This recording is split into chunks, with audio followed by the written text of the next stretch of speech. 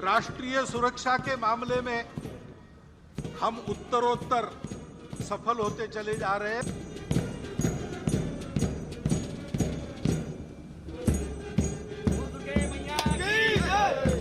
हम किसी को छेड़ते नहीं, लेकिन जो हमको छेड़ता है हम उसे छोड़ते भी नहीं।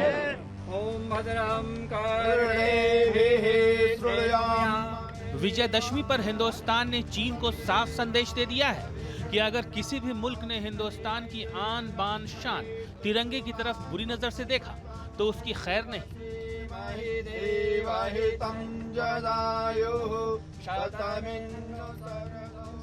एलएसी पर चमोली में राजनाथ सिंह सेना और आईटीबीपी जवानों के बीच मौजूद थे। इस मौके पर राजनाथ सिंह ने गलवान घाटी में सेना के शौर्य का जिक्र किया, साथ ही चीन को चेताया कि छेड़ोगे तो छोड़ेंगे नहीं। और गलवान में जो कुछ भी हुआ, हमारे सेना के जवानों ने जो करिश्मा दिखाया कि आपने पासा पलट दिया है, मैं आप सबको अपनी तरफ से बधाई देना चाहता हूं। आपके गलवान में जो आपके द्वारा करिश्माई काम किया गया। जहां तक भारत के चरित्र का प्रश्न है, भारत ने आज तक न तो दुनिया के किसी देश पर कभी आक्रमण किया है और न दुनिया के किसी देश की 1 इंच जमीन पर कभी भारत ने कब्जा किया है। लेकिन यह बात भी सच है, यदि हमको कोई आंख दिखाने की कोशिश करेगा तो भारत किसी भी सूरत में उसे माफ भी नहीं करेगा।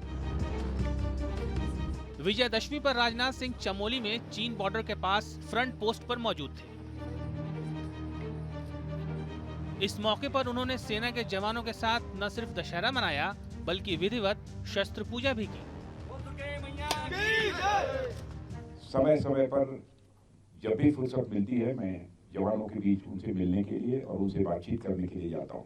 और विजयादशमी के पर्व पर आया हूं तो यह पर्व ऐसा पर्व है जिस दिन शस्त्रों की पूजा होती है। भारत की जो सर्वोच्च निधियां हैं उनमें एक बहुत ही महत्वपूर्ण निधि यदि किसी को मानता है तो हमारे भारत की सेना के जवानों को मानता है, और आपके ऊपर पूरा भरोसा और विश्वास यह देश करता है। नागपुर में भी विजयादशमी के मौके पर संघ प्रमुख मोहन भागवत ने शस्त्र पूजा की।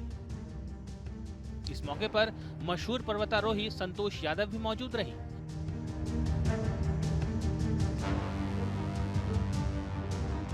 शस्त्र पूजा के बाद संघ प्रमुख मोहन भागवत ने जनसंख्या कानून को लेकर मातृशक्ति तक का जिक्र किया।